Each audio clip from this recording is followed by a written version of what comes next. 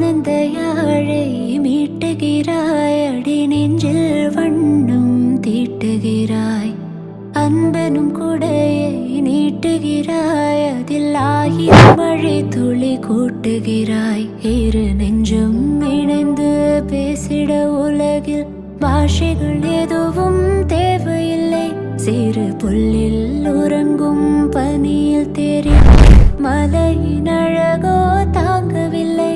உந்தன் கைகள் பிடித்து போகும் வழி அது போதவில்லை, இன்னும் வேண்டுமடி.